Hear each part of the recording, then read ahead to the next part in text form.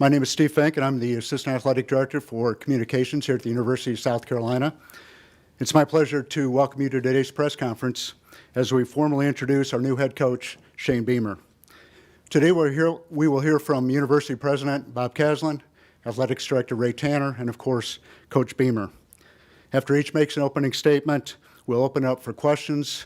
Please use the raise hand function, and we'll get to you as soon as we can.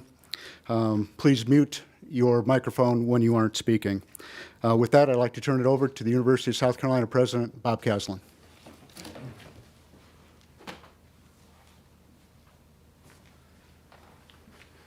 Well, good afternoon, everybody.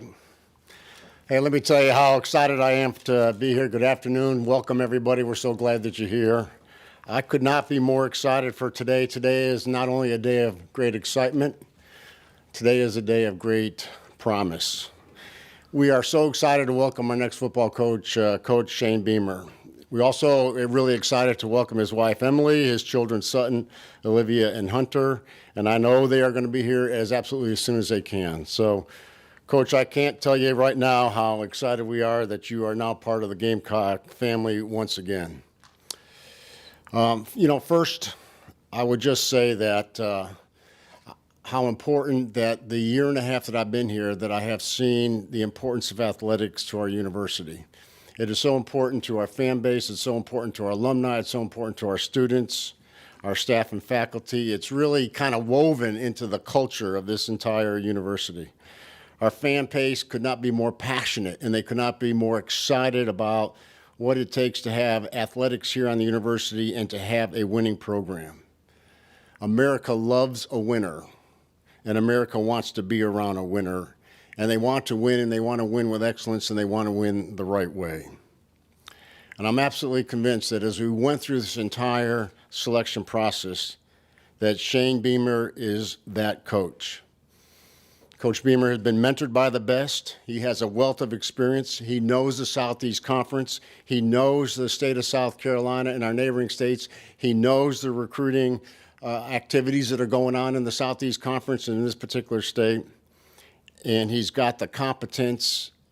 And most important, I am absolutely convinced he has the character that will bring this program to a championship level. When I talk about and think about Shane's character, the first thing that comes to mind is trust. And I was anxious to hear the great words that he had when he was talking to the team yesterday about trust and how trust is so tremendously important and it has to be earned, and that he wanted the opportunity to earn it.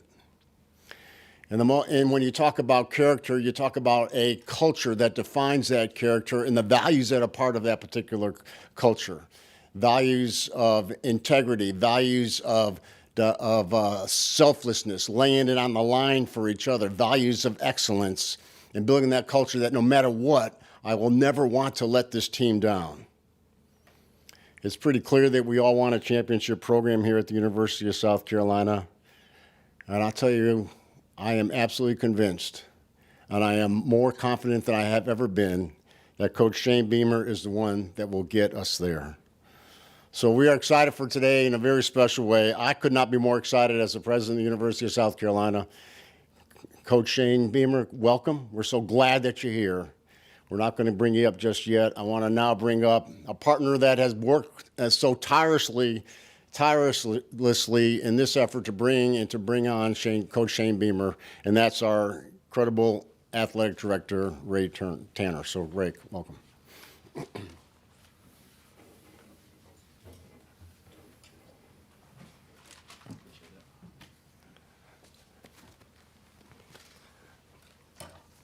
Good afternoon, everyone. Thank you for taking the time to join us today. We're grateful that you could participate.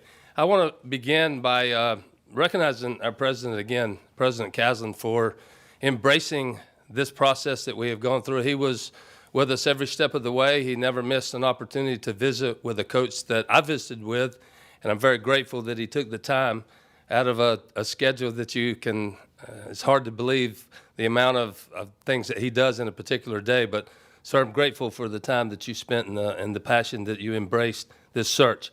I'd also like to recognize our Senior Deputy Athletics Director, Chance Miller, who has also been with us every step of the way. He's done a wonderful job. He's an IT expert. He's a lawyer.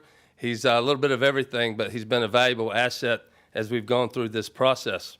Also, Chad Chatlos. He's a managing director now of Turnkey Search. He was with us as we went through this process. I'm grateful for all the insight and the valuable information that he provided. I only had one rule for Chad when we engaged, is that every time I call, you answer on the first ring. He didn't do that every single time, and I'm going to have to hold that against him as we move forward. But also our Board of Trustees that supported our chair, Dr. Dorn Smith, that supported our process. They were not directly involved. It was just the people that I had mentioned. But they supported our process as we navigated to the day that we're here right now. So I'm grateful for those people and the amount of time and energy that they expended to get us to today to have an opportunity to introduce Coach Shane Beamer. I tell you, it just seems like yesterday that Coach Beamer was here on campus. It's been 10 years, and he made an impact while he was here as a coach, as a person, as a relational builder from his players, former players. He stayed in touch with many people here in our city and our campus community. He was widely respected. He's been to so many different places and done so many things. And I looked at his resume a little bit, and I asked him, I was looking at his coaching career, and I said, it appears to me that you started coaching just out of college. And he said, that is correct. I proceeded to ask him, what happened to your NFL career? He said it was rather short. He said, I tried out, and they asked me, was I serious about trying out? So I thought that was good. But it's always good to get in the coaching ranks so early. He's been to a lot of different places. But I'll tell you this, in 21 seasons, he's participated in 17 bowl games. Out of the time he's been assistant head coach, associate head coach, position coaches, he has been very successful, a part of some programs that have achieved at a very, very high level. He played in a national championship game, and he coached in a national championship game. Of the 21 seasons that I mentioned that he was a coach at all Power 5 schools, that there was only 3 of those teams that had a losing record. So I know that as a person, Coach Caslen has referred to the outstanding characteristics with integrity, with passion, the enthusiasm, with everything that he stands for, what he represents, the affinity that he has for this school.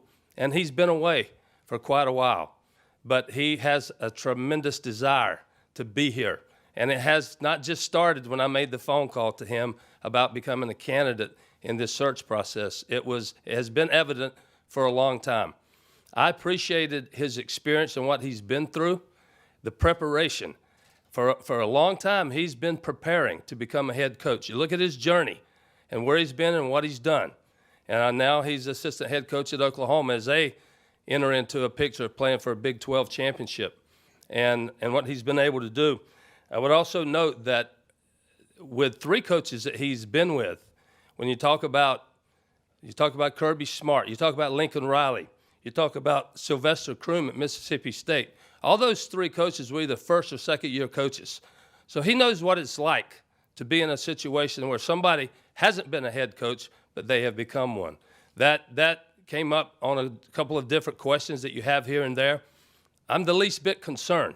He's prepared for this day to become our head coach and to lead us to heights that we all aspire to be a part of. I know our fan base is excited.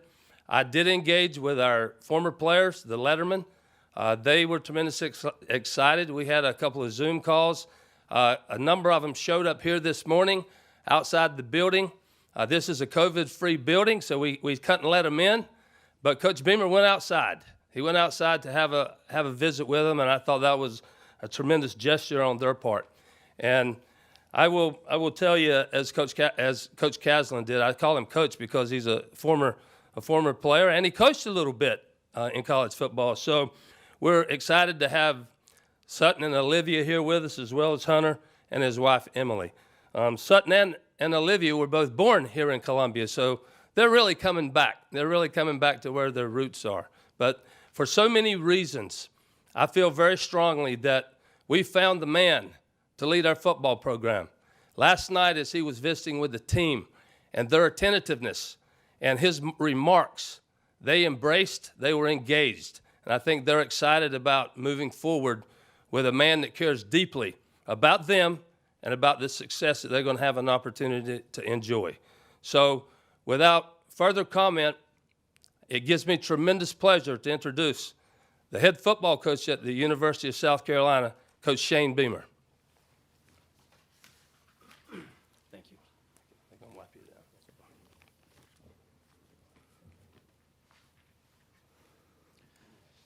Thank you, Coach Tanner. Thank you, President Caslen. It's an absolute honor to be the head football coach here at the University of South Carolina. Today is an absolute dream come true. Not just to be a head football coach in the Southeastern Conference, but to be the head coach at the University of South Carolina. In my dreams, I wasn't staring at a screen of reporters on Zoom, and we had a big room with my family and so many people in here, so that's a little bit different, but it certainly doesn't take away the excitement of being here in this position. I want to thank President Caslen, Ray Tanner, and Chance Miller for their belief and their faith in me. The interview process was very, very thorough, but I really, really enjoyed connecting with those guys. I told my wife the first time that Coach Tanner and Chance and I talked on the phone, I came home and I just told her, I said, there's something different about those guys, their vision, the way that we connected, the amount of time that we spent together on that phone call, the initial phone call, and then the interview was pretty special. And then having a chance to visit with President Caslen during the interview process as well. The fact that he's a huge football guy, played the game of football, is exciting for me. We are certainly aligned here, and it all starts with those guys at the top. I want to thank Coach Will Muschamp and the contributions he made to this program. Certainly a class individual and somebody that I have a lot of respect for that advanced this program and tried to do it for the right reasons. So I want to thank him for what he did for the University of South Carolina as well. To the former players here at Carolina, Coach Tanner mentioned that I had an opportunity to visit with a group of them this morning. I'm so appreciative for those guys coming by, being able to see old faces, guys I coached like Mo Brown, guys that I coached against like Ryan Brewer, Perry Orr, so many former players that came by to take the time to do that this morning was very, very special to me, and I'm thankful for that.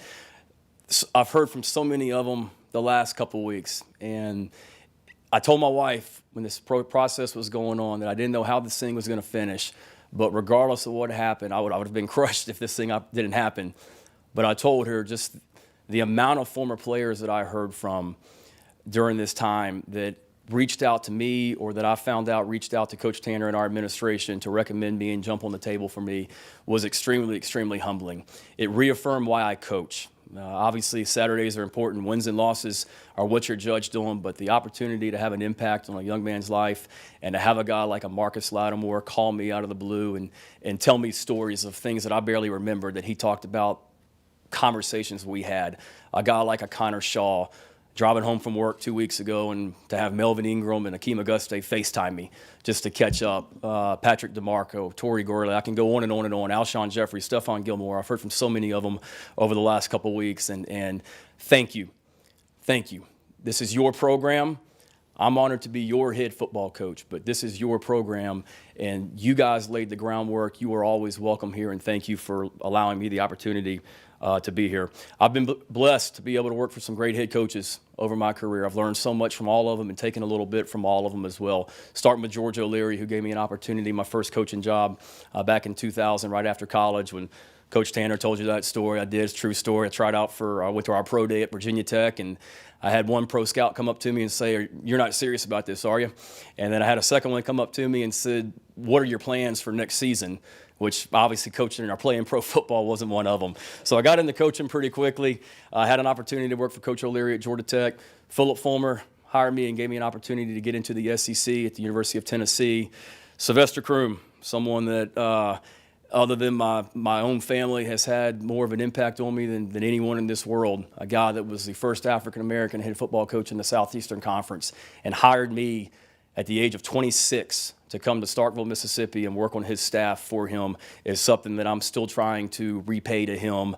all these years later, seeing how he handled his program and the way that he built that program at Mississippi State, so thankful for that opportunity. To Steve Spurrier, who gave me an opportunity here in Columbia. If he hadn't hired me back in 2007, probably wouldn't be standing here today. But to be able to come back here with Coach Spurrier and work for him and learn from him and win a lot of football games, thank you, Coach, for that opportunity.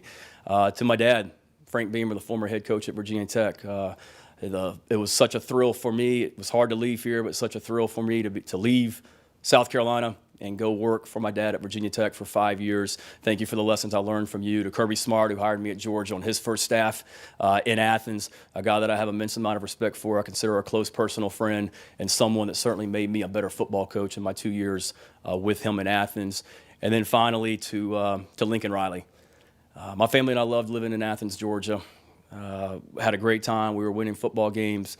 But when the 10th assistant coach rule came into effect in college football, Lincoln Riley reached out to me. And there's not a program in all of college football that I would have left to go be an assistant coach at other than the University of Oklahoma. And that was because of Lincoln Riley. I felt like I'd done a lot in my career. I had a lot of different roles, but the opportunity to go to learn from Lincoln and learn the offensive system at Oklahoma and how we do things for my family and I to get out of our comfort zone a little bit was an opportunity I didn't feel like I could pass up. And I've grown so much as a coach in the 3 years out there at Oklahoma. Not only have I learned a lot from a football standpoint, I gained a very personal, close personal friend. He and his wife, Caitlin, are phenomenal people. He's been a huge help to me throughout this process, answering questions, willing to work with me throughout this process, and helping me learn how to be a head coach by watching him each and every day. And then the president, Joe Harris, the president at the University of Oklahoma, and Joe Castiglione, the athletic director at Oklahoma. Thank you for the time that you've spent with me. I've had multiple lunches with Joe Castiglione where he's allowed me to pick his brain and ask questions, and he's considered one of the finest athletic directors in the country, and to be able to learn from him has been really, really special. I want to thank the Oklahoma players. I wouldn't be here in this position without you guys. I've got 600 plus text messages on my cell phone right now from people congratulating me, wanting to come here and coach, different things. But so many of those text messages are from players at Oklahoma that have reached out to me and are excited for me. And thank you guys. I developed close personal relationships with the players that I coach. And as excited as I am about leaving or about coming to South Carolina, the opportunity, but the having to leave those guys is extremely tough and difficult. But appreciate you guys and all you're about. And then finally, my family. My in-laws, Steve and Sandra Gladney, back in Starkville, Mississippi. They are SEC through and through, and the fact that their son-in-law is live on SEC Network is probably the proudest day of their lives, certainly in our marriage, I'm sure. I hear them talk regularly about Paul Feinbaum and the SEC at football and this and that, and two great people, and I'm fortunate that they allowed me to come to Starkville, Mississippi and marry their daughter. To my parents in Blacksburg, Virginia, Frank and Cheryl Beamer, thank you for all you've taught me, the son that you raised me to be, and your constant support. For 21 years in coaching, I can always count on Thursday nights getting a phone call from my parents wishing me luck in that game on Saturday, my dad wanting to know what the game plan is and what we're thinking, and I can count on every single game, regardless of when that game ends, whether it be after midnight or early in the afternoon, within 5 minutes of that game being over, I can always count on a cell phone call from my mom, leaving me a voicemail, either congratulating us on our win or telling us tough loss and get ready to bounce back next week. My sister Casey Prater lives in Charlotte, which I'm excited about getting back closer to her. Thank you for your constant support and being the best sister in the entire world. And then to my family back in Norman. My wife is born and raised in Starkville, Mississippi, and I took a job there in 2004. We got married, and within our first year of marriage, I came to her and I said, we're moving to Columbia, South Carolina. We have this opportunity. So we drove over to Columbia to look around. Coach Spurrier had already offered me the job. Wanted to make sure it was right for all of us. We didn't know anything about Columbia. I drove through here some in the summertime, and beyond that, I hadn't spent much time in Columbia. We spent our first night in Columbia, a hotel off Bush River Road. was all I knew about was a Bush River Road, and at that time, drove around the next day looking for a house, and little did we know that those 4 years would lead to 4 of the greatest years of our life, living here, the friendships that we made in our entire life. One thing my dad taught me, in December of 1986, he became the head football coach at Virginia Tech, and he got up in his opening press conference and he thanked so many people, his brothers, his sisters, his parents, former coaches, just like I just did, and he forgot to introduce my mom, his wife. And I've always remembered that as I've been preparing for this day to make sure that I don't forget to introduce, or in this case, thank my wife. So leaving here 10 years ago was extremely difficult. I told my wife, I'll never forget having this conversation, that if we ever wanted to be the head football coach at Virginia Tech, or excuse me, if I ever wanted to be the head football coach at South Carolina, I felt like we needed to leave to go to Virginia Tech at that time and then ultimately come back. And I don't know if she believed me or not, but she went along, and we've worked for 10 years to get back to this place, this special place, and baby, we did it. We're back. But the dream doesn't end there. We're just getting started. But so thankful that you're my best friend, my partner throughout this. I'm sad you're not here today, but I can't wait to see you back in Norman. And then to my 3 children, Sutton, Olivia, and Hunter. You guys are going to be seeing a lot of them. They're going to be completely invested into this athletics program. We're going to be at every sporting event you can think of. We're going to be supporting Coach Staley, Coach Martin, all the different sports here at Carolina. We're excited about that. I was telling Coach Tanner in my interview process, my son, he's 7, for the last 2 weeks, that he knew about this opportunity. He knew about Carolina. Every single night when I came home, they would text me, "See, are you close to home?" I said, "Yeah, I'm about 5 minutes away." And lo and behold, every single night when I walked in the house, Sandstorm would be blaring in our kitchen, and my 7-year-old would be waving his T-shirt above his head. So no pressure at all on that one. But it was pretty cool to see when this thing came to fruition late Saturday night. I've still got some old Carolina clothes that I had from my time here. My kids put those on. They're excited about it, and can't wait to get them over here. Like I said, we're just getting started. I've had opportunities in my career to be a head football coach, but I've been in some great places along with some great coaches. And I wasn't going to leave just to go check a box to say that I was a head coach. It would have had to have been really, really special. The places that I've worked, the coaches that I've worked for, made that really, really hard to ever leave. But this is a dream job for me because you have everything in place to win here at the University of South Carolina. A state that I was born in, that I'm so proud to be a native of, the state of South Carolina. An amazing, elite university here with unbelievable academics and great leadership. A growing state and a growing city that I'm excited about raising our family in, this amazing city of Columbia, South Carolina. The facilities here, so much has changed in the 10 years since I left, but the facilities here are second to none. I've coached at a lot of different places. I've visited a lot of different schools, and the infrastructure that we have here from a facility standpoint, this building, Williams-Brice Stadium, everything that's continuing to grow, it's exciting to have those resources to be able to recruit here. The amazing fan base at the University of South Carolina. One of my earliest memories, my dad was the head coach at Murray State out in Murray, Kentucky, FCS program. He took the head coaching job at Virginia Tech in 1987. And one of my first memories to big-time college football was coming down here to a game at Williams-Brice and seeing Todd Ellis, who I so appreciate being here today, quarterback at the University of South Carolina, seeing Sterling Sharp out there, all the great players that he played against. Obviously, it didn't go well for Virginia Tech, but I just remember being blown away by the fan base, the size of Williams-Brice Stadium, just something about the Williams-Brice Stadium and the electricity in the air in those times down here, and it's always resonated with me. This is a job my dad spent time coaching in Charleston, South Carolina at the Citadel. And one thing that he always talked about during his entire career was how much he would love if the opportunity ever presented itself to be the head football coach at South Carolina himself. I still remember, God bless him, but I still remember Mike McGee coming to Blacksburg, Virginia, and sitting in our kitchen and interviewing my dad at one time about being the head coach at South Carolina. So that opportunity never transpired with him, but the fact that I'm standing here today is really, really cool, and things have certainly come full circle. But I remember those initial games in Williams-Brice Stadium. I've been in here as a coach for Carolina, and I've been in here multiple times in Williams-Brice Stadium as an opposing coach. And the atmosphere, the electricity, the passion of the crowd in Williams-Brice Stadium is second to none.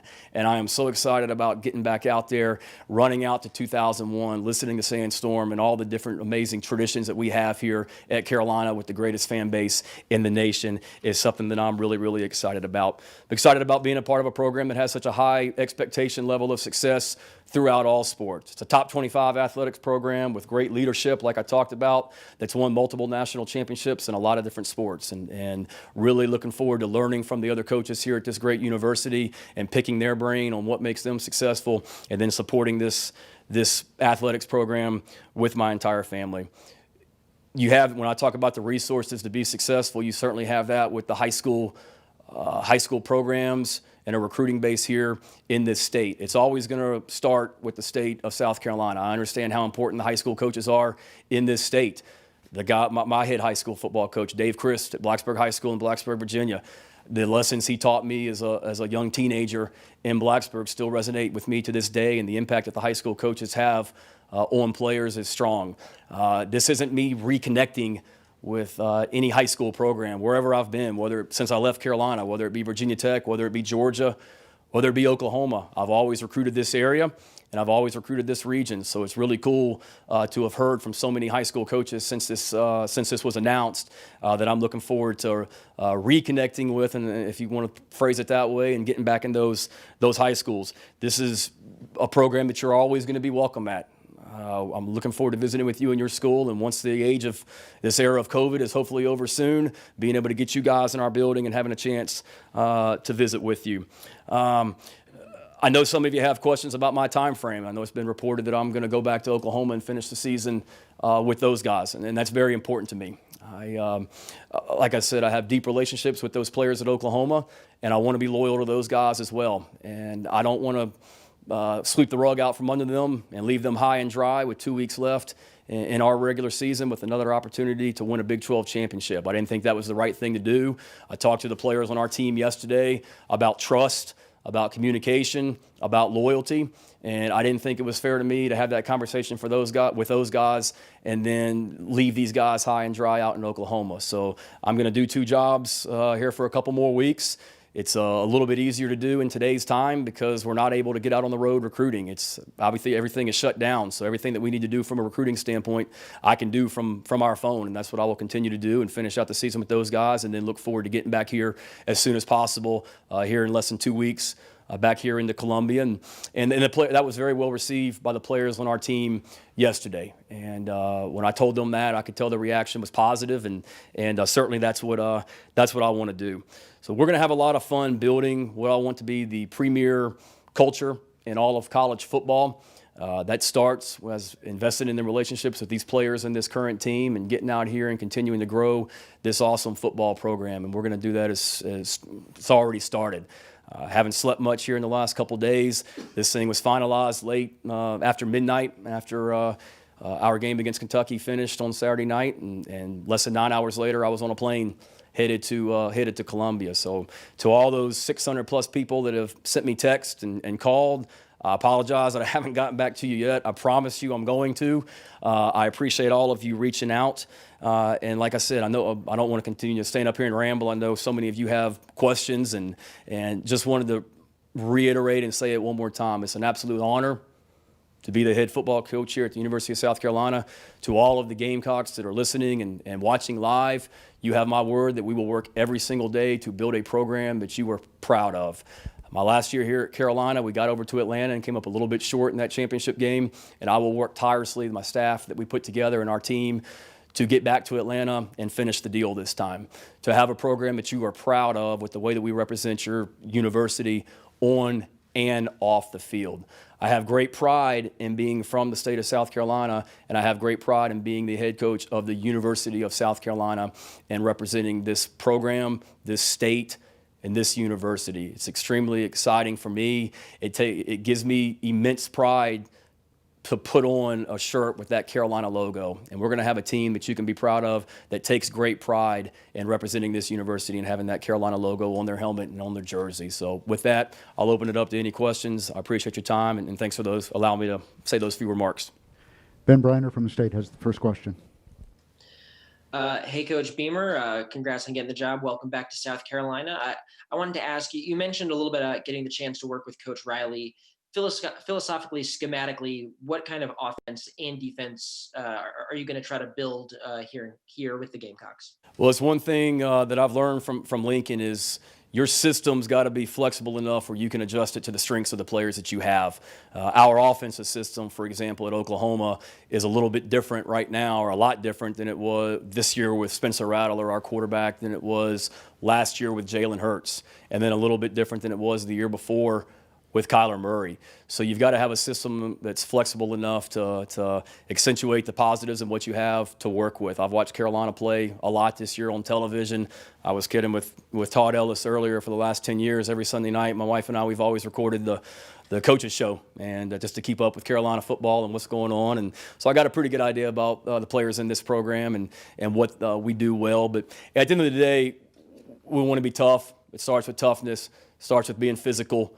Offensively, I know you've got to be multiple, and you've got to have the ability to run and pass from a system standpoint. You've got to be able to do both. This league is too tough, and we will be able to do both. You've got to be explosive. In today's college football, the name of the game is explosive plays. We've got to be able to create those through scheme and through recruiting, and we certainly will. But that's what we want to be offensively, and then defensively, you got to be multiple. Offenses are too good nowadays. The name of the game is scoring points, and I've seen that the last 3 years out in Norman.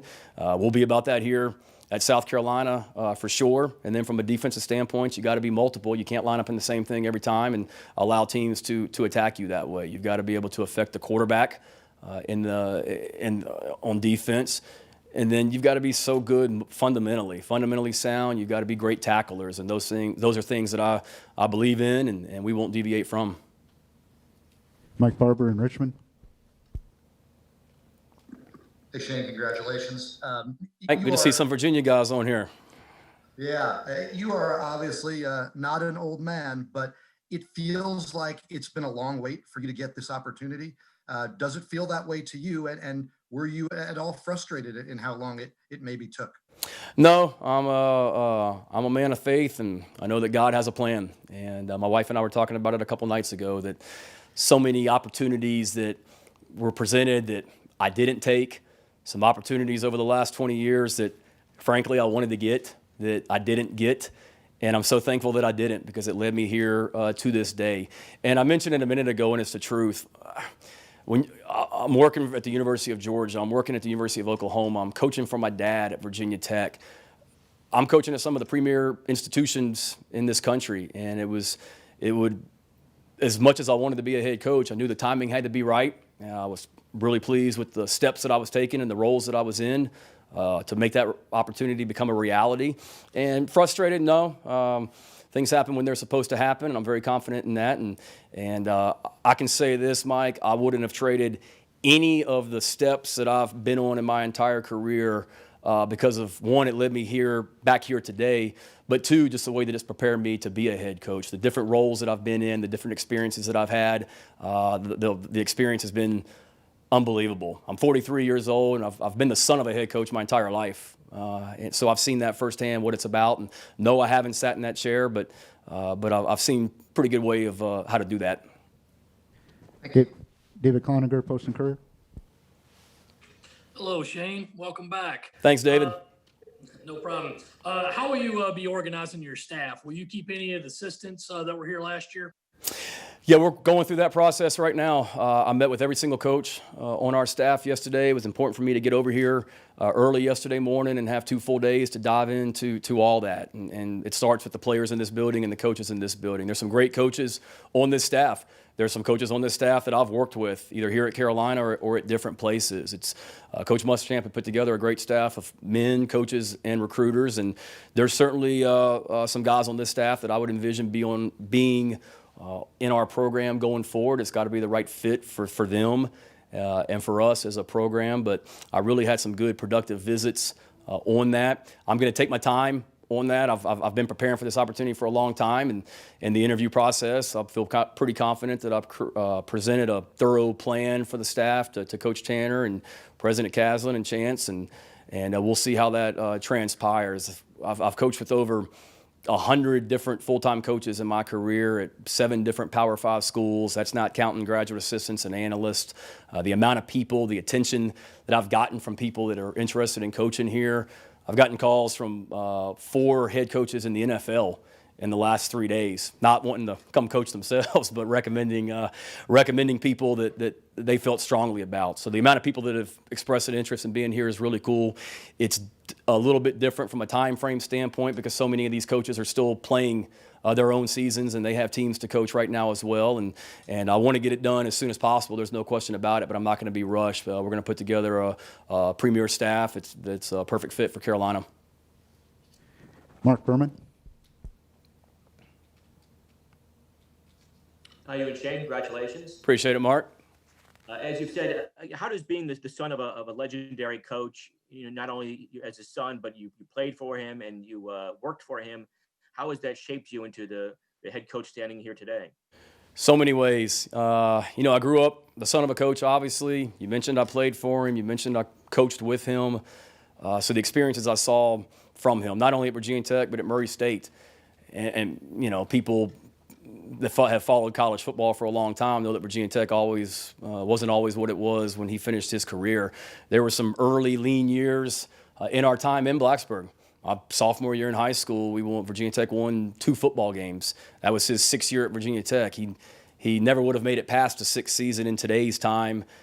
The year before that, I believe they won 5. He never would have made it to a 6th season. But being able to see how he handled that, the ups, the downs, his consistency and steadiness day in, day out. I hope I've taken a lot of qualities from my dad, but that's one that I definitely hope I've taken more than any other, is just that steadiness and consistency that you've got to have as a leader when everyone's looking at you. And if you're high and low and on an emotional roller coaster, it's going to be tough. And he's certainly that way, and I learned that from him and saw so many good things. He tells the story all the time that when I told him I wanted to get into coaching, he said, "Are you absolutely nuts? You've been around this profession and grew up in it, and you've seen the highs and the lows and want to be a part of it." And I did. So he certainly rubbed off on me in a lot of ways, and the desire to coach, and those qualities certainly were right at the top. Pete Acabelli. Hey, Shane, congratulations again and welcome back. Thank you. What you mentioned that your dad would not have been allowed to stay 6 seasons in today's environment. How quickly do you envision turning things around here? No, great question. Coach Tanner and President Caslen, they didn't hire me to come in here and present a 8-year plan or 5-year plan or anything like that. I'm a process-driven person, and we're going to get started day one advancing this program and making it better. That starts with the current players on our team. It starts with recruiting, getting more and more guys in here, and just trying to advance this program and getting a little bit better each and every day. And I know it's cliche, but it's the truth. You can't think long-term. I'm trying to do everything that I can here, get this press conference, we'll finish this up, and then get right back on the phone with recruits and current players on this team and whatnot as well, and just move it forward a little bit more each and every day, and we'll get where we want to go, and hopefully that's sooner rather than later. Rick Henry. Hey, Shane, once again, congratulations and welcome home. During your time here with Coach Spurrier, what are some of the, I guess, the best lessons that you learned from him or things that you can apply now that you're a head coach? And also, head coaches, based on their backgrounds, if they come from the offensive side of the football, that's where they're going to spend their most time. Or if it's defense, like with Coach Spurrier, people would come to practice and ask me, "Hey, where's Coach Spurrier?" I would say, look for the quarterbacks. And I was wondering, if when we're allowed to come back to practice, where will we find you on the practice field? I see what you did there. Good to see you, Rick, and glad you're doing well as well, and great to have you on this call. I learned a lot from Coach Spurrier. I mean, he's a guy that I grew up watching with what he did at the University of Florida. So I still remember sitting at a restaurant having lunch in Starkville, Mississippi, one February day, and I got a cell phone call from an 803 area code, and it was Steve Spurrier calling to see if I was interested in coming to coach at the University of South Carolina. And what a surreal moment that was. and exciting as a guy that, as a fan of college football, grew up watching his Florida teams play, growing up in Blacksburg, Virginia, when he was the head coach of the Washington Redskins, and then to have a guy of his stature call me and give me an opportunity was a really cool moment and a great opportunity, and learned so much from him. But really just the confidence and you guys know, the confidence and the swagger that he lived his life with each and every day, the competitive spirit that he had. I'll never forget going to play golf with him one day, and my first time, you guys know how he loves to play golf, and we went and played. The first time I ever got to play with him, I'd gone out the time before, and I played golf with a couple coaches and played pretty well, a little bit better than what I actually am. They came back to him and told him, "Coach, this new coach you just hired is a heck of a golfer. He just went out and shot this and beat us and all that." So obviously that perked us up, got his attention perked up pretty quickly. Went and played golf, and he put me up in the A group, as he called it, which was his first group and his foursome. And got out there, I was nervous as all heck, and didn't play well the first 2 holes. And by the time we got to the third tee box, he had kicked me out of his group, told me that I needed to go back and play with the F troop behind us. And that was kind of my first indoctrination to Coach Spurrier and what a competitor he is. But he's that way on the golf course, and he was that way on the practice field. And coaching quarterbacks, calling offense, he was all about competing in everything that he did, and that was a great lesson for me to see that, and just the confidence. The players fed off that. When your head coach has that confidence that Coach Spurrier did, they feed off of it, and they play that way. And that's one of many things I certainly learned from him, and he certainly hasn't changed. And it's an honor for me to be the head coach here at a place where he did such a great job. Colin Taylor. Hey, Shane, just first of all, congrats on the new job. I'm curious, you mentioned recruiting. How's that gone since you've been able to do it, and kind of what's been your pitch to either the guys you have committed in this class or the guys that you're now calling? No, it's the response has been pretty amazing. A lot of these guys that we're currently recruiting at South Carolina, we were also recruiting at the University of Oklahoma, whether it be young men in this class that's about to sign, or young men in the 2022 class, 2023 class, and beyond. So I've got I got a good relationship with a lot of these guys because we were also recruiting them at Oklahoma. So when my name got out and was mentioned as a candidate, heard from so many of those guys that expressed an interest at potentially coming here and joining me here in Columbia, which is exciting. More and more guys like that have reached out, continuing to figure out our plan going forward with the current commits in this class. Looking forward to getting on the phone with the rest of those guys. I've talked to a lot of them, and we'll continue to, the ones that I haven't been able to get in touch with. And like I mentioned it, just the amazing resources here and what this place has to offer. Amazing fan base, amazing city to live in, amazing state to represent, elite academics. You have everything. People talk about it's maybe a struggle to win at Carolina. Or why can't you win at Carolina? And you absolutely can. You have everything that you absolutely need to win here. We've done it before at a high level, and we're going to get back to that. I take great pride, like I said, in that Carolina logo on my chest and what this program and what this university means, and can't wait to get out and attack recruiting each and every day and work the competition and get high character, competitive guys that want to be in here and want to represent the University of South Carolina in this program. Gene Sapikoff. Hey, Shane, congratulations. You said you wanted to build a premier staff. Do you have a commitment from the university that you can spend money that would be at the high end of the SEC scale in building your staff? And then also, the last few years, South Carolina's had a very small staff of analysts. Would you like a larger staff of analysts, and what kind of resumes would you be looking for that gig? No, there's my conversations with Coach Tanner and our leadership. We went through everything. We went through staff. We went through support staff. The investment has been made and given to me to give us every opportunity, every resource that we need to be successful. I've been around different aspects and spectrums when it comes to support staff, recruiting departments, and all that. Some programs where you have more than you know what to do with in a lot of ways, to the very smallest scale where it's the bare minimum. So I've seen both. I've seen both work, and we're going to do what's the best fit for Carolina, but I'm confident that anything that we need to advance this program forward and give us what we need to be successful, those assurances have certainly been given to me. Joe Gorchow. Hello, Coach. Congratulations and welcome back to Columbia. What I want to ask you is that this team, especially the last couple of seasons, has struggled to find ways to win. So I'm wondering, when you take over a program like this, how do you establish confidence in that winner's edge to find the results on the field?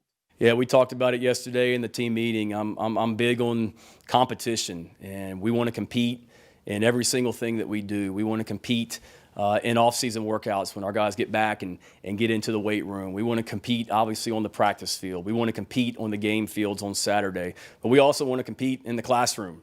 In everything that we do, I want to be about competition and being elite in all that we do and being the very best in all that we do, and learning how to win. And learning that, developing leaders, all that stuff leads to winning, and there's no question as we attack each day and try and move this thing forward with constant improvement that we will learn that and put ourselves in position to be extremely successful. Greg Hadley at the State. Hey, Coach, congratulations. I was just curious, you mentioned the coaching timeline, putting that together, and how some of those guys are still working and recruiting and still going to Oklahoma. How chaotic are these next few weeks going to be for you?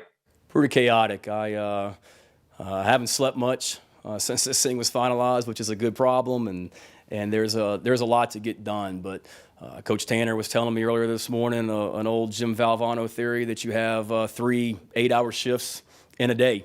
And that's how we're going to attack this thing. Coach Riley and I have talked about it, and with our schedule that's set up at Oklahoma, certainly is very conducive to allowing me to do what I need to do as the head coach at South Carolina in the afternoons and evenings, and being able to do 2 different jobs. I saw Kirby Smart do it when he became the head coach at Georgia when they were working for a playoff or in the playoff and for a national championship. So it's a little bit different. The time frame's certainly different, but it's going to be chaotic. I don't think there's enough hours in the day to do everything that we need to do. But one thing Lincoln told me yesterday is just compartmentalize things and get a thing what you have to accomplish each and every day and try and attack that. You can't do it all at once, and it'll be chaotic, but I'm excited about it and have a great group of people around me here in this facility to help me with that, and we'll get it done.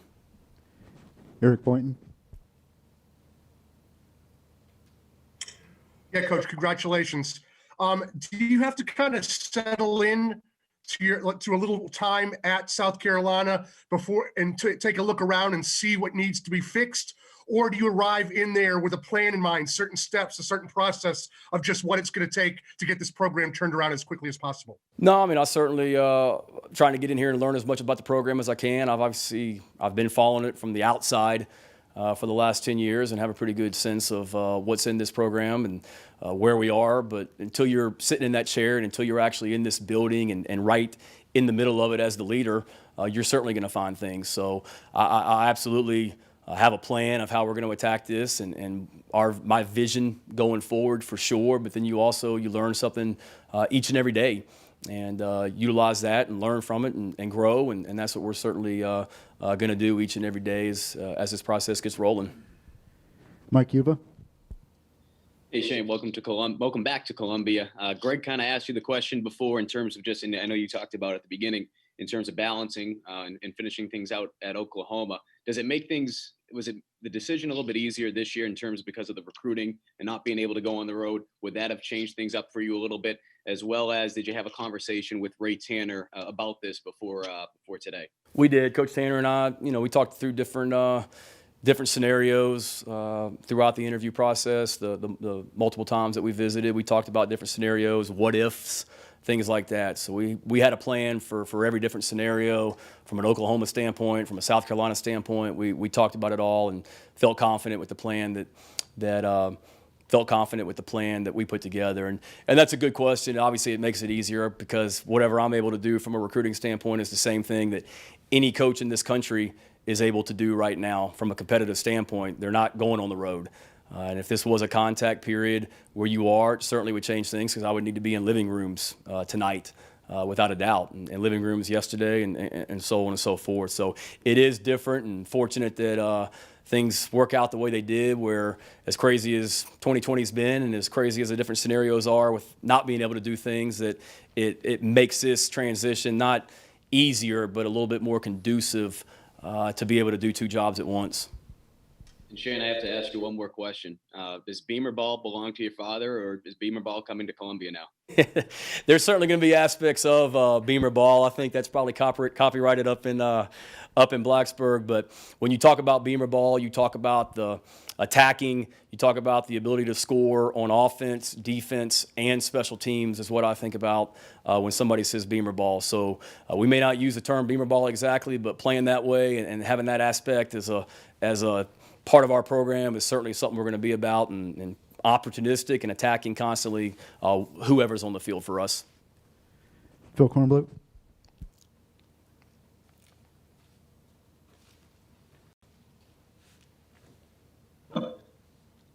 There we go. Hey, there we go. Hey, Shane. Hey, Phil. Congratulations, and good to see you once again.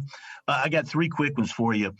It looks like, based on their Twitters, that Travaris Robinson and Kyle Krantz might be moving on. Can you confirm that, number one? Number two, if South Carolina is asked to play in a bowl game, is that something you want to do? And then number three, Clemson. When you left here, things were pretty even between the programs. Perhaps the Gamecocks were well ahead.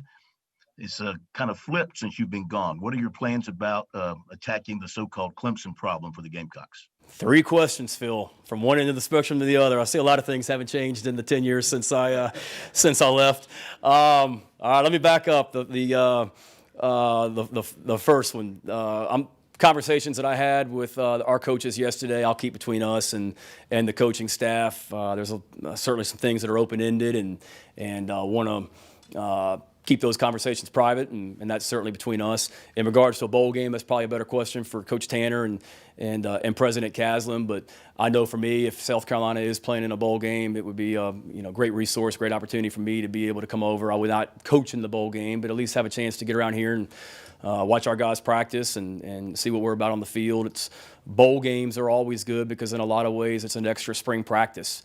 You get a chance to get out there and develop young guys and continue to move this program forward. So if we're able to do that from my standpoint, I think that would be great. And you mentioned that program in the upstate, and they're certainly on a pretty good run right now. But when I was here before, we were on a pretty dang good run ourselves against those guys as well. And it's a big challenge, and we're going to work every single day in recruiting in this facility to have a team that we can be proud of on the field, and that'll result with the way we play. The way we play on the field, and certainly great respect for those guys, but looking forward to getting in there and competing. I know that for a fact. Josh Kendall. Hey, Shane. When you talk about the preparations that you've made to become a head coach, what did that look like? Is that a bunch of binders in your house? Is that scribbling stuff down on napkins or putting notes in your phone? What was the process? The above. For one, I would say the roles that I've had, Josh, have prepared me for this opportunity. I've coached offense, I've coached defense, and I've coached special teams. So I've got a pretty good knowledge of all three phases in football.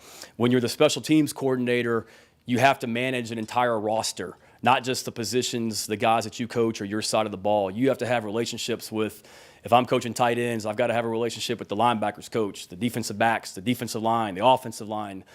The special teams coordinator is the only coach other than the head coach that stands in front of the entire team and talks. So that won't be the first time. Yesterday wasn't the first time I ever did that as an assistant coach. I've been a recruiting coordinator. When you're the recruiting coordinator, you have experience. You have to manage a roster. You have to evaluate talent. You have to manage a coaching staff. You have to manage roster numbers. I had that experience. Growing up the son of a coach, like you talked about, those experiences. I've been an associate head coach. In December 2014, my dad had some health issues that prevented him from coaching for an entire month and coaching in a bowl game. So for an entire month, I was the acting head coach of the football program at Virginia Tech. I ran staff meetings. I ran practices. I put together game plans. And then we went out there and beat a great Cincinnati team in the Military Bowl. So having that experience was beneficial. In those duties as an associate head coach, doing a lot of things like media, fundraising, discipline, a lot of those aspects I've got experience doing in my role with Lincoln Riley at Oklahoma as the assistant head coach for offense. continuing to grow that as well. And then I'm a meticulous note taker. Kim Fields, who is our assistant director of operations here at South Carolina, and is an absolute rock star. Kim was here when I was here before, and back in 2007, I started keeping a binder of just ideas if I ever got this opportunity. Kim helped me put it together and started typing it, and I still carry the same binder to this day. It definitely needs to be updated from when she started it back in 2007, but it's just thoughts when it comes to discipline, team travel, nutrition, weight room, coaching staff, motivation, you name it. I've been putting things in that. And then every team meeting, every staff meeting that I've been a part of in my coaching career, I've got notes on. So being able to refer back to that, and a binder or an iPad Pro or whatever it might be is right there. But until you're in that chair, you can prepare all you want. When you sit in that chair, it becomes very, very real. And you realize that. But the way that I've prepared myself, I'm certainly confident in my ability to do that. And like I said earlier, I wouldn't have traded my path to this day and the roles that I've had for anything. Dick Cox. Hey, Shane, congratulations. Welcome back to South Carolina. Two quick questions. First one, do you plan to have your father involved in any capacity in your program? And number two, projected that South Carolina could possibly be invited to play Virginia Tech in a bowl game. What would be your thoughts on that? Wow, I hadn't heard that. That'd be pretty amazing how things certainly come full circle. So we'll see what happens with that. And yeah, Coach Tanner and I talked about that with my dad and his role. And obviously we want to do everything within NCAA rules clearly. But Coach Tanner brought that up during the interview process. And without speaking to my dad, I promised Coach Tanner that my dad would certainly be involved heavily in the program. So the minute that, or shortly after that 5.5-hour interview that I had with President Caslen and Coach Tanner and Chance finished, I called my dad and told him how it went. And I said, look, I'm sorry, but I may have spoke for you and promised something that I can't get back out of. But no, he's all for it. He loves this place. He enjoyed coming here to visit. When we lived here before, I still rely on him and his expertise to this day. Still call him and ask advice, whether it be X's and O's questions or just football leadership questions. And Lincoln was very accommodating to my dad when he came out to games at Oklahoma, to practices at Oklahoma, allowed him to sit in meetings, and I certainly want him involved in our program as well. I don't know how much it'll be because of me or because he's got 3 grandchildren that'll now be living in Columbia, and then 3 grandchildren that are in Charlotte with my sister. So whatever excuse we got to use to get him down here and the great golf courses in this area, I'm pretty confident that you'll be seeing him a lot around this program. Let's go to Marty Smith. Congratulations, man. Thank you, my friend.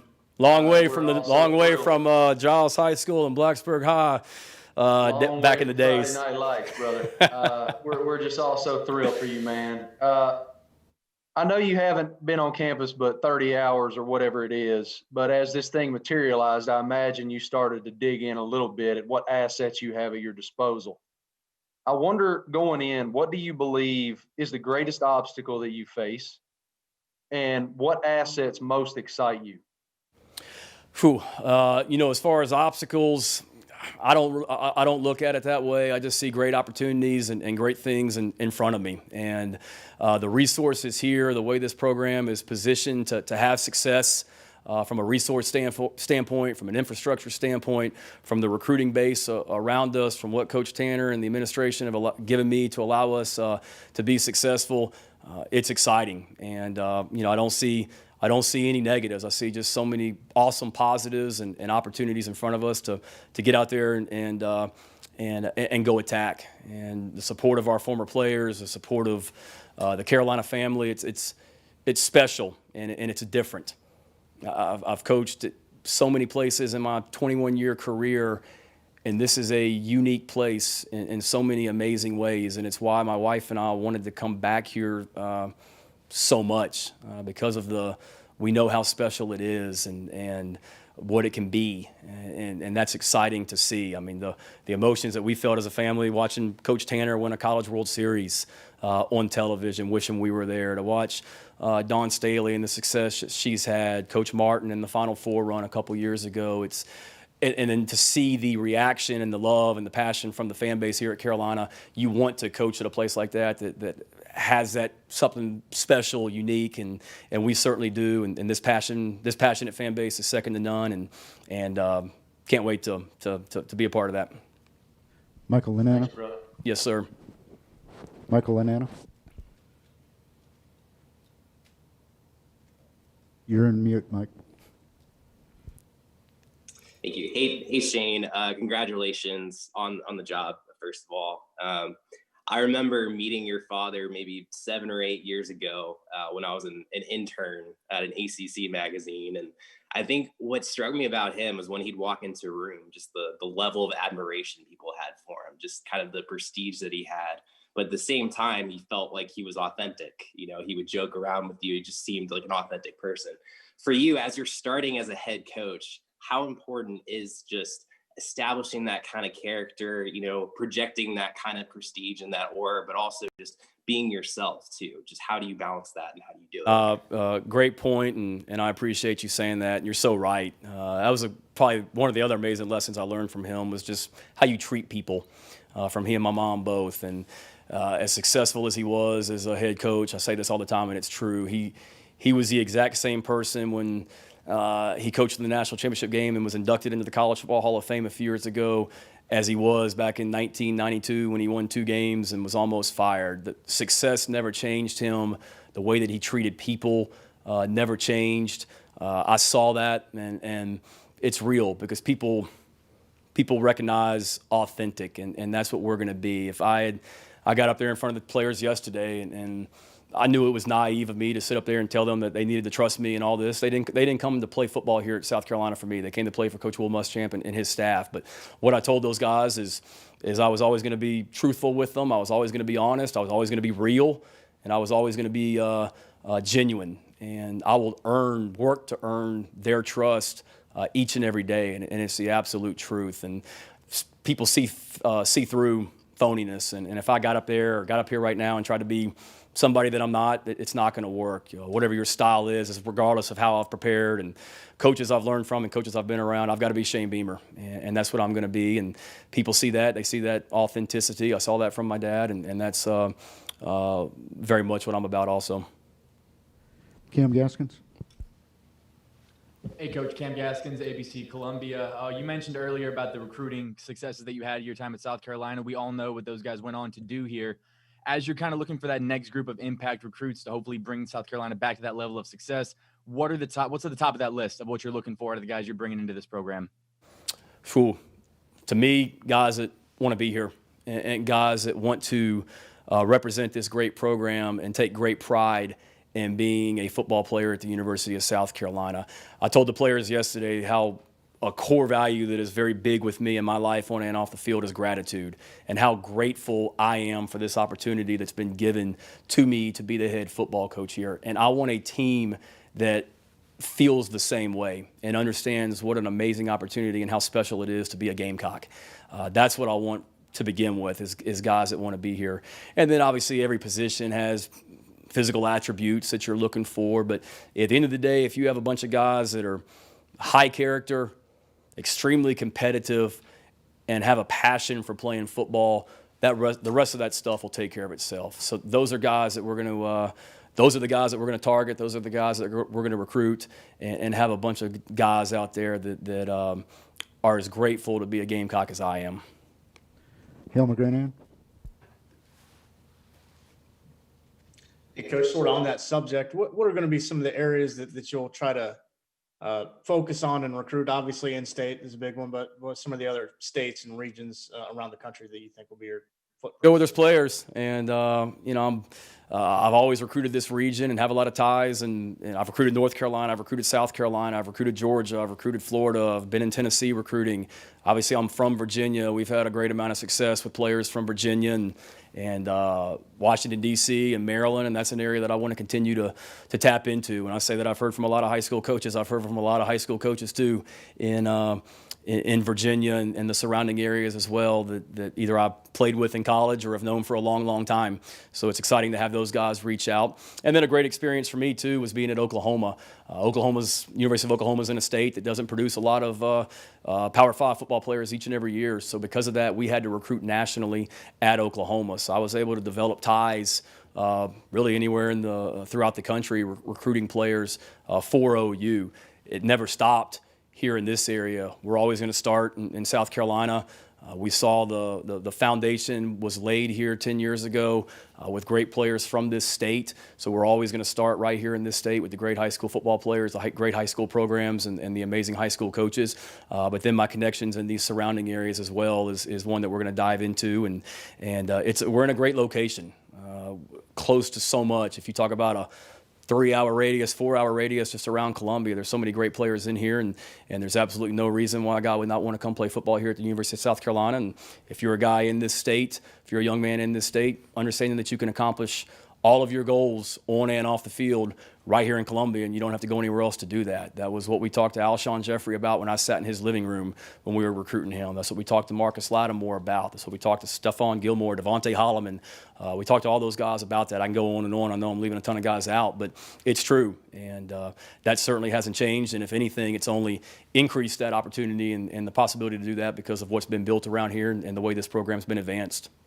Obviously, a lot of college coaches use some sort of a hashtag or whatever online to signify they've gotten a new guy. Have you already come up with something along those lines, or will you stick to what's been used around here recently? Or we're going to work on that. Obviously, we've got amazingly talented guys in this building, guys like Justin King and his staff and our recruiting department. And we'll figure out the best way of going forward. We plan on using that quite a bit as we get this recruiting going for sure, and want to do something that's good for all of us. And that's certainly one of the things that we need to attack going forward and figure out a plan on that. Mitch Brown. Coach, obviously, outside of the SEC schools that you've been able to coach at, you've got relationships at Oklahoma, relationships at Virginia Tech as well. Are those schools that you would like to play down the road while you're here? And then also, you've been in Columbia for a while, so people need to know, are you a Russia's guy or are you a Zesto guy?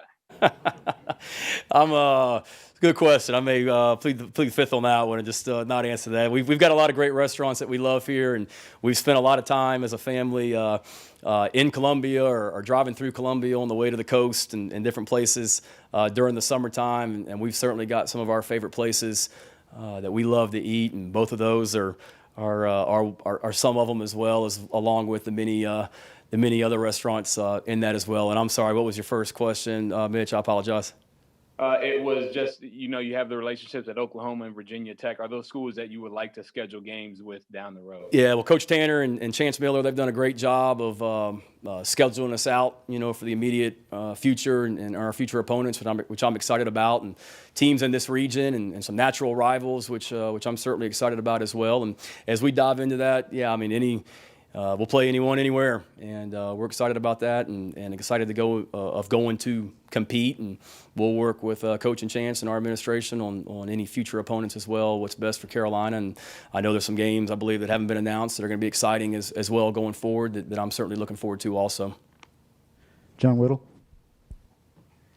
Hey, Shane, congratulations. I'm curious, what kind of qualities are important to you when you look to hire assistant coaches? And if you could kind of specifically speak to the coordinator positions about what qualities are important there. Yeah, I want guys on this staff that have a lot of the same values I do. Guys that, I want high character guys. I want good people that are in this program, that are investing in our players' lives each and every day, that are setting great examples of the kind of husbands and fathers they are to their own families if they have families. And that's high character to begin with. You're not going to get in the door if you're not with me.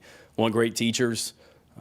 X's and O's knowledge, great recruiters, elite recruiters is what we're looking for, and a group of guys that are driven and are not complacent and have a passion for this university and advancing this program like I do. And then in regards to the coordinator roles, a lot of that goes back to what I mentioned earlier, just as far as the style of play that we're looking for and what's best for our program, guys that are able to adjust, guys that have great knowledge of X's and O's and different systems, and guys that are proven and have a track record of doing it at a high level for a long time is what I'm looking for.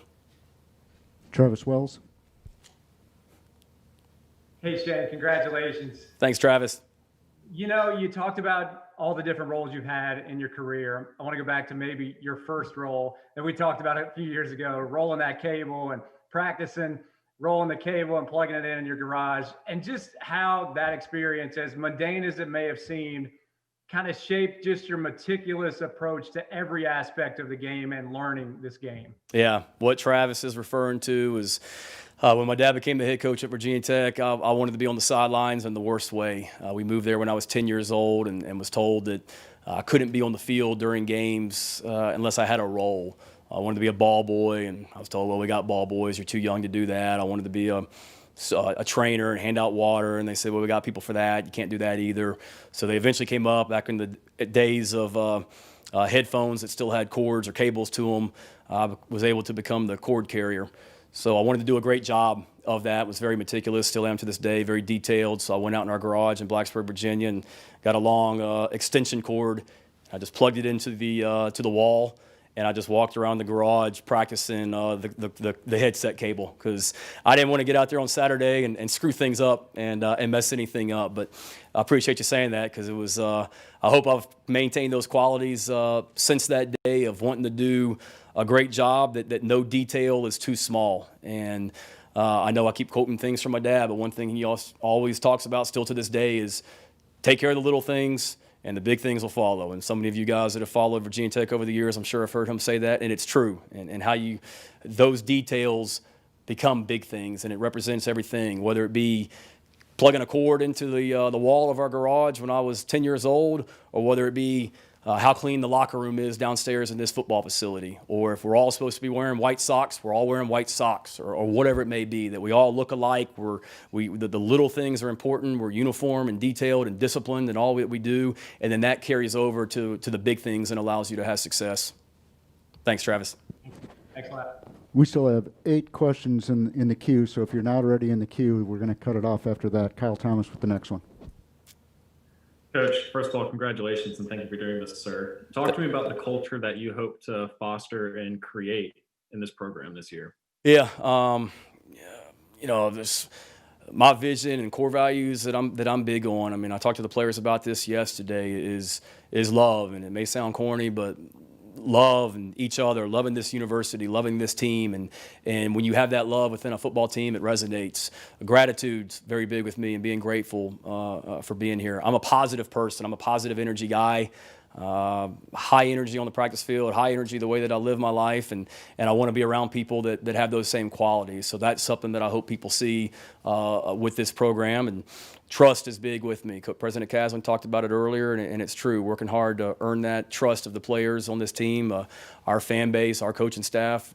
That's what we're going to be about to you guys, and all that stuff. It starts with discipline. It starts with leadership, and we've got to develop leaders on this football team. And excited to get into our off season when our guys get back on campus for good in 2021, and develop that leadership and being able to instill a lot of those core values and some other ones that are very big with me to allow us to move forward and have success. But I want a program that plays with great joy and great passion on Saturdays, and that you see that in the way they live their lives also, day in, day out.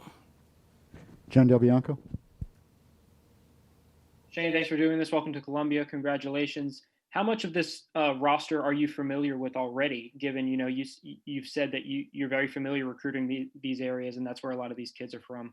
Yeah, very much so. I mean, I've Coach Riley and I came over here trying to recruit Jordan Burch and Boogie Huntley when they were over at Hammond, and we tried to recruit Zach Pickens when I was at a previous school as well. So Marshawn Lloyd, I was familiar with recruiting that area at other schools that I've been at. So familiar with the roster because we tried to recruit a lot of the same guys and knew of these guys whether we recruited them or not. Jaheim Bell on the team here right now was somebody that took a visit to Oklahoma. So I know a pretty good amount about these guys. I've tried to follow Carolina as much as I can, like I talked about, whether it be watching it on TV or watching Coach's Show each week and things like that. And, I've got a pretty good idea of what's on this team right now, but being able to get in here and watch video on these guys. But at the same time, it's a fresh start as well. This is 2021 is a new football season, and I really don't care what's happened here in the past. I really don't care what's been done on the field. From that standpoint, we're moving forward. And it's a fresh start for all of us, and can't wait to get this thing started with these guys, whether I knew them during the recruiting process or just met them yesterday. Thank you. And if I could follow up for Steve Fink, is Ray Tanner going to be available to answer any questions after Coach Beamer wraps up? Yes, we'll make Ray available. Great, thank you. Ben with the next one.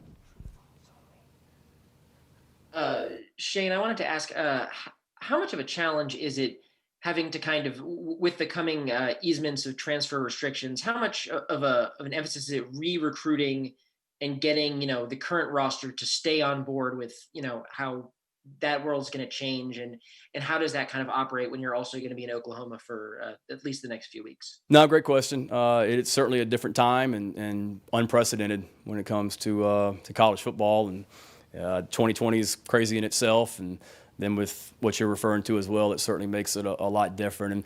And I don't look at it as re-recruiting. It's getting to know these guys and making sure they understand what I'm about as the head football coach, and what this program is going to be about, and talking to them about this program and how we're going to go about things each and every day on and off the field. We talked yesterday about being demanding, that it's going to be tough. It's going to be hard work. That's what it takes to get where we want to go. It's going to be demanding. We're going to hold these guys accountable. It's not just going to be words on a wall. It's going to be the way that we live our lives every single day, and we're not going to deviate from that. And we're going to have the right guys that want to be a part of that culture, want to be a part of that program for those reasons. And the response I got from those guys that visited with me right after that meeting was really awesome. And then the guys that I talked to on the phone last night, it's continuing to just get to know these guys and understanding what we're going to be about going forward. And we'll have the right guys that'll be here for sure.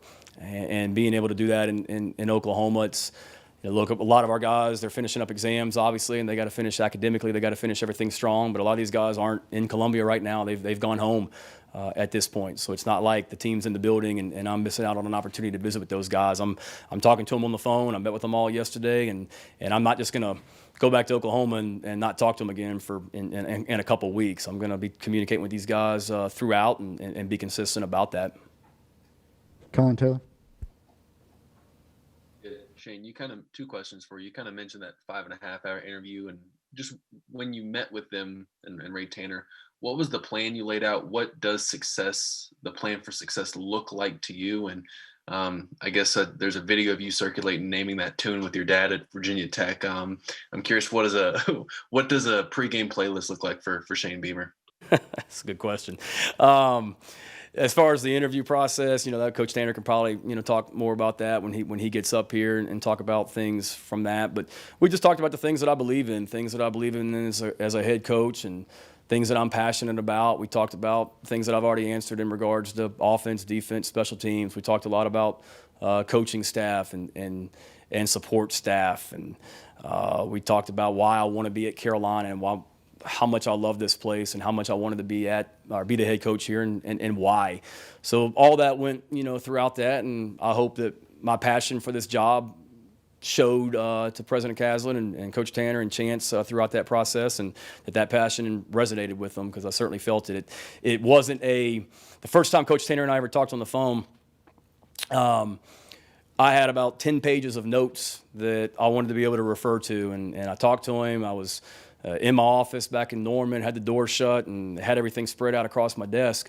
And we talked on the phone for over an hour that first night, and not one time did I look at a single page of notes, because I was speaking from the heart, and it wasn't something that I all of a sudden had to cram for and prepare for 24 hours. I knew what I felt about this place. I knew what I believed in as a football coach and what I wanted this program to be about. So I don't want to say it was the easiest interview. That phone conversation wasn't easy.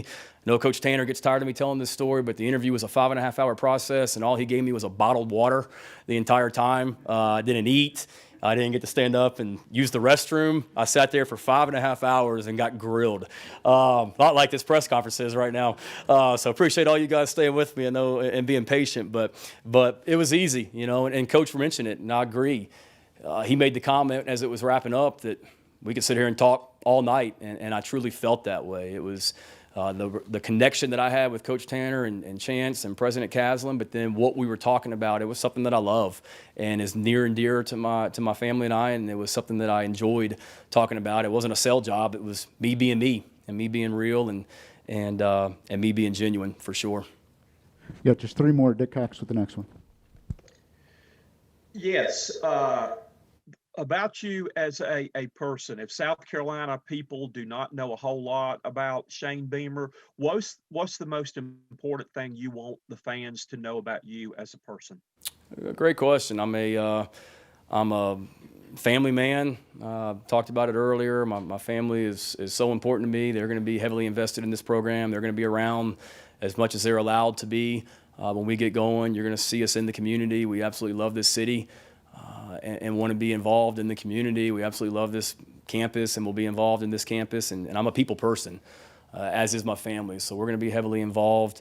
I'm a people person that wants to get out and meet with people. And I hope that my genuineness shows. I talked about it. I'm a high energy guy. Love being around people, high energy, positive, hope to stay consistent, try and treat people right. And just live my life in a way that, you know, my wife and children are proud of me when I come home at night, and I'm proud of myself when I look myself in the mirror before I go to bed, and you know, just try and live your life that way. And I've had a lot of people that have reached out just to say, you know, how happy they are for me, and that it's because of, you know, they appreciate how I treated them when I was there at a school, whether they were a walk-on or a starting quarterback. Man, I just try and be consistent, and everybody's the same in my book, and that's what I'm about. And on a little bit of a lower level, I try to be an athletic guy. I enjoy sports. I love to read, love to learn from other coaches. I love to study leadership. I just ordered President Caslen's book during this interview process and started that as well, and looking forward to continuing to dive into that, and highly recommend that book if you haven't already gotten it on leadership. And as I did my research on I knew a lot about this school, but obviously my research on President Caslen, and then obviously I knew Coach Tanner, but the amount of people that talked about the people in this program and what these guys are about made me more excited about coming back here and looking forward to working with them. Michael Lanana.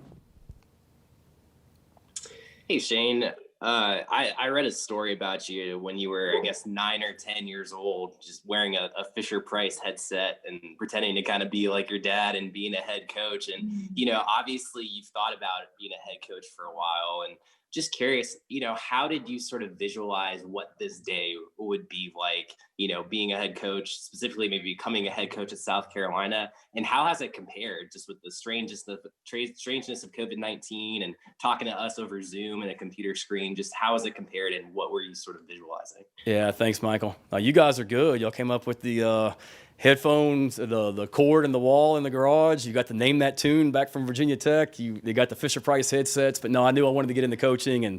And when I was young, the house we used to live in Virginia had a pair of the old Fisher Price headsets, and I stood on the deck of our house in Blacksburg, Virginia, wore the headset, and I recruited some of the kids in the neighborhood, my sister, her friends, our neighbors. They were the team out there on the field, and I coached them. So I stood up in the press box and called plays down to the other coach on the practice field, and that was my first experience as a coach for sure. So great memories, without a doubt. And like I said, something that I've been preparing for, and you envision how it's going to go. Certainly wasn't like this in my dreams, staring at you guys on a screen and not having my family here, but the excitement and the emotion of being the head coach at South Carolina has only been stronger than what I envisioned it being. Getting that call from Coach Tanner the other night and not knowing exactly what he was going to say, and going in another room, and he wanted to make small talk for 2 or 3 minutes and talk about different things as well. But after a couple minutes, for him to say, "You ready to do this?" Was something that I've been dreaming of hearing for a long time, and to hear him say that was better than I could ever have imagined. And to walk out of that room and see the reaction of my wife and our kids when I shook my head yes and told them that it was real and happening. I'll never forget. And that was a special, special moment that I've been dreaming of for a long, long time, and was really, really cool. And can't put it into words how excited I am. Last question goes to David Cloninger.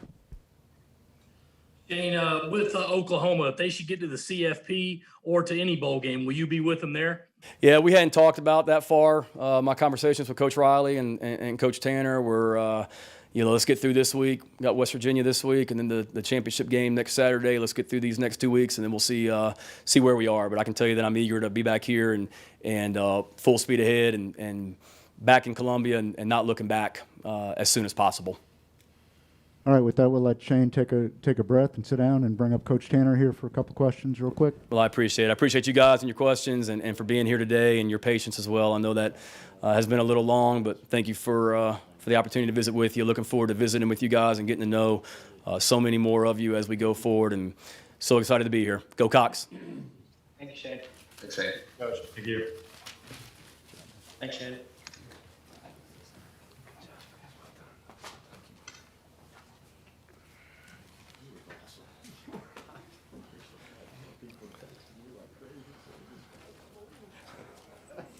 Thank you guys for, you men and women, thank you for participating today, and I'll be glad to take any questions that you may have. First one goes to David Cloninger. Hey, Ray, thanks for doing this. With the bowl game, I know that probably the SEC's got a lot of slots, and maybe they'd prefer everybody fill them.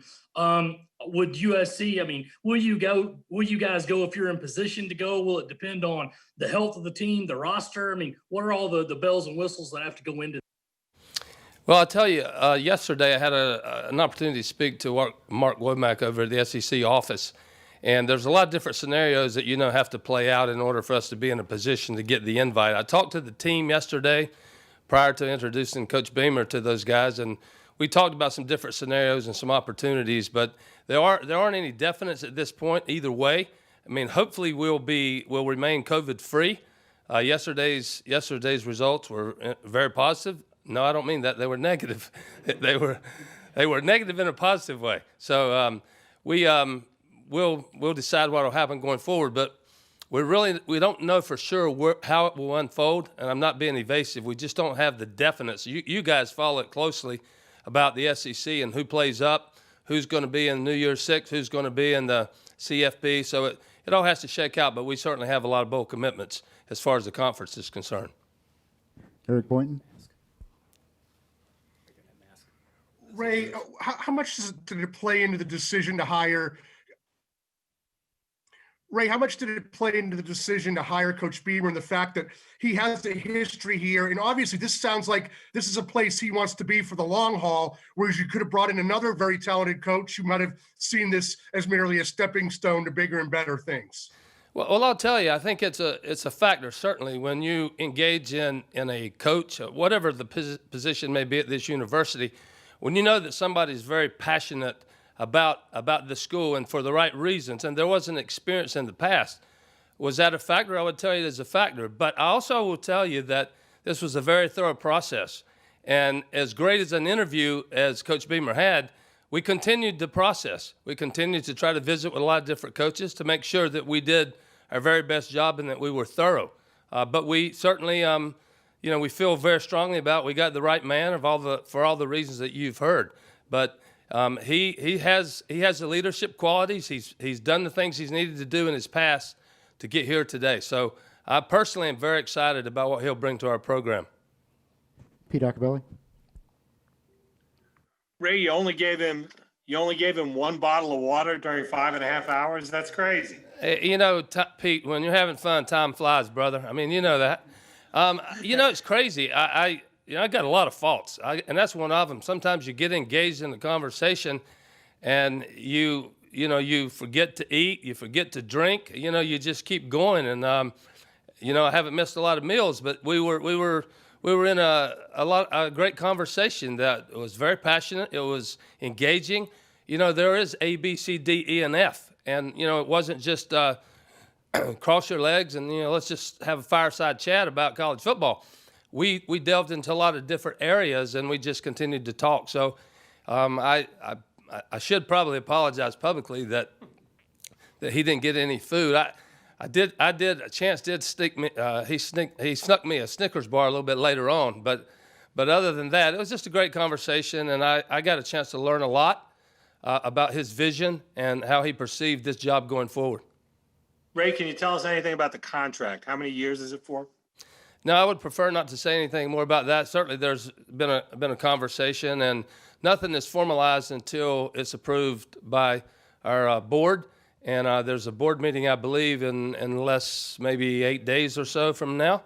It'll be a formal process going to the Board of Trustees. Ben Browner. Hey, Ray, what was the timeline on this? When did you first kind of target and reach out to Shane? And then kind of how did it sort of go and progress leading up to this weekend? Well, again, I'm not being evasive, but I can't tell you the timeline. I know that I never had a conversation. I never did anything in pursuit of filling this position until I had a conversation with Coach Muschamp. And then after that, things proceeded rather quickly. I don't remember days and nights, but that's certainly been my primary focus since that conversation. And we engaged quickly with a lot of different people throughout the country. I talked to a lot of people that weren't candidates, but about our job and about people that they thought would fit well for this job. I did talk to a lot of our former players. I talked to I had a number of occasions one-on-one with former players. I did, I think, 2 different teams calls where I visited with them, but it just went rather fast. I talked to a lot of different people. Mitch Brown. Sorry, I was trying to get this mute going here. But Ray, you said you talked to players, talked to former players, and people of that nature. I know you can't go too into detail about the whole process, but what was the candidate pool looking like as far as diversity goes? I know you had mentioned that you wanted to have a diverse pool there. It was a diverse candidate pool. Multiple candidates that I met with personally from a diversity pool, and so that was part of our process. We were engaging, and they were face-to-face interviews as well. Mike Yuba. Hey, Ray, I know we heard from Coach Beamer talking about it before, but being able to have that opportunity, and I know you as a former coach, I'm sure you would agree to finish out that opportunity to be able to coach his team through the Big 12 championship. How much was that something that you thought about, and was it really anything that you really thought twice about when he brought that up, and how much support do you have for him to be able to finish that out? Well, I think he mentioned some things that are very, very important, and he had a discussion with his team yesterday. And when you talk about commitment, dedication, love, trust, and then the word loyalty comes up. He's wearing 2 hats right now. He's the head coach at the University of South Carolina, but certainly, you would expect him, you would want him to be loyal to his current position. So we've had some conversations about what we'll do going forward, and we'll see how the next couple of weeks play out. But those things are important. You can't. I think it would be wrong of us at this university to be selfish and say, stop what you're doing right now and just be with us. Is that the type of person that we would really want to be here? And I know yesterday when he was talking to our team and he was talking about loyalty, there were a lot of heads that were nodding in his support. David Cloninger. Ray, have you and Will and any other appropriate parties sat down and started negotiating the buyout? And if not, when will that meeting take place? I'll just say this, that, it hasn't been a situation where I've involved our board leadership, our chairman of the board, and President Caslen. But I've started to have some conversations without those entities being involved, because I don't think we're at a point that I have something to bring to them. So those conversations will be occurring, but otherwise, you guys know what the contract is. Matt Connolly. Hey, Ray, I know you mentioned talking to some players and that kind of played into the process, some former players about Shane. Just what did they tell you about him, and what were some of the other reasons that convinced you that he's the right man for the job? Well, it was just a conversation with a lot of different people that reached out to me. Now, I did engage, like I said, in 2 Teams calls with them because they wanted to do it. I think we had nearly 100 on one call, and then we broke it down into a smaller group the next time. And, it's one thing to say, I really like this guy. But it's another thing to say why you really like this guy. And, and what has happened. But it's, this business is relationships, and it is about trust, and it is about earning trust, as Coach Beamer has alluded to. And numerous players reached out to me to share their personal experiences. Other than we really adore Shane Beamer. He was great while I was here, but why? And there were some great conversations. So it was, I listened. I believe that, you should listen when you're in my space or President Caslen's space. That people have been in the trenches. They understand. You've been in it together. You've been between the lines. So what they had to say was important to me. Is it the ultimate deciding factor? No, but it's a component that goes into a process of making a decision. And then could you just to follow up, could you share some of the other things that were maybe the deciding factor, if just some of the reasons you believe in Shane? Well, I said this earlier, but when you look at his career and the 21 years he's been a coach, and he started out really much like I did, not to compare myself to him because he's much more brighter, a better coach than I ever was, but he started right out of college at the same time that I started. He took a path where he's always been a coach. He's been in Power 5 institutions his entire career. And I think the number is, of those 21 years, 17 have been resulted in postseason play in bowl games. Those are things that he's used to, he's accustomed to. He understands expectations. He understands how to get there. And, whether you're, the wide receivers coach or whatever position you may be, I think he's done a little bit of everything. I think he has prepared himself and positioned himself extremely well to handle the reins of being a head coach. So I'm excited about it. As you heard his comments earlier, I think that you probably respect the position that he's been in. He's well prepared to be successful as a head coach. John Whittle. Yeah, Ray, thanks for doing this. This is obviously your second time going through a football coaching search process. What kind of qualities changed in terms of importance for you this year? Was there anything that you emphasized this time around or de-emphasized this time around? Well, I don't think that I would tell you that anything changed. I think we all stand for the same things. Coach Muschamp, you've heard me say many times, I mean, we have a great relationship. We still do today. And, he's already reached out to me in support of Coach Beamer in any way that he could help. So those qualities don't change. I mean, at the end of the day, it's a bottom line business, and we go back to the wins. But the values stand for what they are and the relationships that we've talked about. So I wouldn't say that, I'm looking at things a lot different.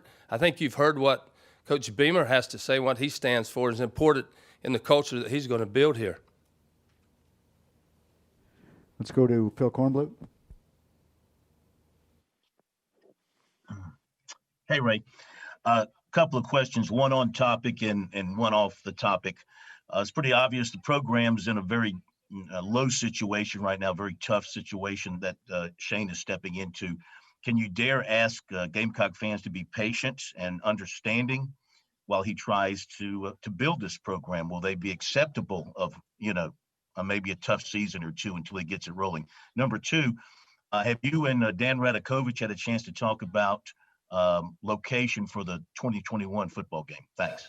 I think I'll start from the back, but Dan Radakovich and I have spoken a couple of times. We haven't formalized anything. I anticipate that probably our schedules will remain intact as because it would be very difficult for us and them, not just next year, but many years to come if we flip the schedule. But we have not had a formal conversation about that. To talk about asking our fan base to be patient, I think that, and Coach Beamer and I were talking a little earlier this morning that we have expectations and we want to do things sooner than later. I said to him that I never allowed my coaches to talk about rebuilding. We talk about reloading. We want to win now. Is that being unrealistic? Things change. I mean, you've seen, programs, like they always talk in Major League Baseball about worst to first, or a team changes from year to year. So why should we talk about, well, this is a 3, 4, 5, 6 year plan? We want to win next year. You're not going to be able to sit down with a bunch of players and say, hey, you know what? We're going to build this thing. Don't have to have a lot of pressure on you right now. We're going to build this thing up over 3 or 4 years. They want to win now. one of my comments yesterday to the players, should we end up in a bowl game in a few weeks, let's get this thing started the right way. Let's go win. Let's call this our next season. You know, who knows the date exactly when it'll be, but that's the way we feel about it. Not trying to put any pressure anywhere, but our players' expectations are to win. The season did not go well. Last year wasn't great, but we're not going to say that, well, it's going to take a long time to build this thing back to where we are. How do you know that? You can't have players on the field or coaches on the field that accept that position. And the last thing, I'll just add a comment. I saw Phil's picture earlier. He looked like a air traffic controller. Phil, you did a pretty good job tracking me. You weren't perfect. You weren't perfect. I think I gave you a 78% rating, but that's pretty good. That's a C. So that's pretty good. That's about typical for me. C. We'll take 4 more, so if you're not already in the queue, we're not going to be able to get to you. Colin Taylor with the next one. Yeah, Ray, can just what kind of plan for success did Shane really pitch to you, and what about his plan made that kind of success model attractive to you? Well, I don't think I need to probably repeat a lot of things that he has said, but obviously his vision, his plan, he's been doing this for a long time. He's been in a lot of different places at a very, very high level of success. He's been with some premier coaches in this country. You know, he talked about his dad a lot. You know, I got a chance to speak to his dad last night. I obviously wanted to call him immediately when we had contacted Shane, but I held back because Coach Frank Beamer is a legend, and I just kind of wanted to have a conversation, but I waited. I waited until this became reality, if it was going to be, and we had a great conversation about that last night. So, and I lost my train of thought. What questions you have, Colin? Oh, sorry, just about his plan for success. What really just sold you on that and made that attractive to you? Well, the thing that there's a lot of things that stood out, but his preparation. You know, he talked about, you heard his conversation, extremely prepared. At one point, we were asking some questions, and he handed me an iPad that was loaded. He handled Chance Miller an iPad that was loaded.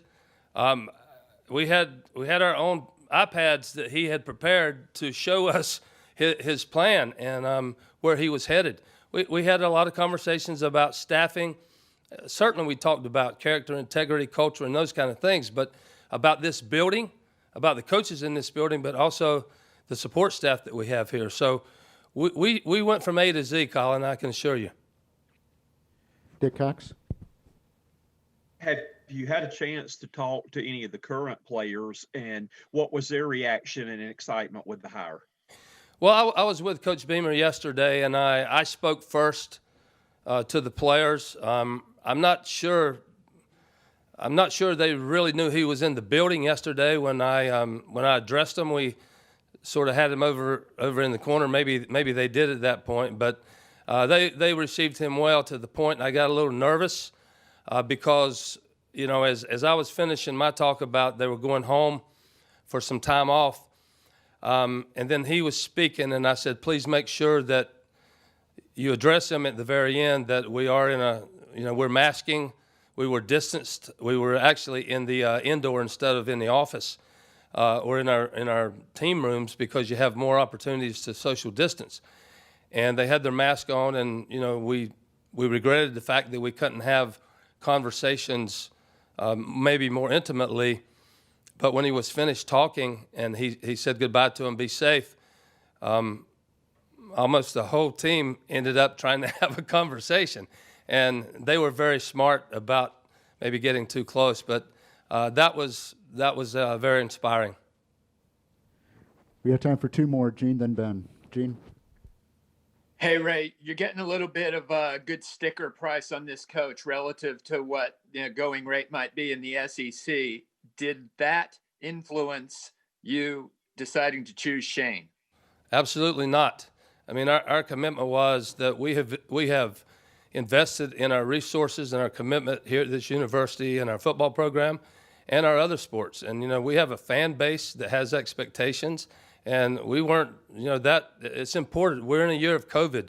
There is a deficit in athletics for the first time maybe in, I don't know, 16 or 17 years. So we're experiencing a situation that is not ideal, but yet, you know, the football budget is what it is, and we want to move forward. So that was a consideration. And I'll say this about Coach Beamer. When we start talking about staffing, he never, not once, mentioned himself. He never, ever brought that up. I had to eventually have that conversation. He didn't. His whole conversation was about his staffing and, you know, what limits we may have or not have. And of course, the answer was we want to accommodate you to hire the people that you want to be around you to be successful. So, you know, as you called it a bargain, Gene. That wasn't a prerequisite whatsoever. Last question goes to Ben Briner. Ray, when you're interviewing a coach that hasn't had either that coordinator experience or that head coach experience, how much, I guess, projection kind of goes into that? How I guess, different and maybe trickier is that? And does that, I guess, for you as an AD, maybe leave you with a little bit less of a net because it is a little bit more of an unknown to kind of the world outside perception-wise? I think that's a really good question. I mean, I think that, you know, in the football world, I came from a different place, but in the football world, you go out and sign a 4-star or a 5-star, right? Is he going to play like a 2-star or is he going to play like a 5-star? Is a 2-star going to play like a 4-star or a 2-star? And, you know, I think that when you look at coaches, there are no guarantees. There's been a lot of coaches that have had good years but couldn't sustain anything. And, you know, maybe they were well qualified or well positioned, but it didn't guarantee you success. It might have got you a good year or so, but it's important that you get the right person. And sustaining success in sports is one of the hardest things you can do. You can win, you can have a run. Sustaining it is really, really difficult, even for the very best programs across all sports. I'll tell you this, you know, you can talk about the X and O's, and you can use all the words you want to.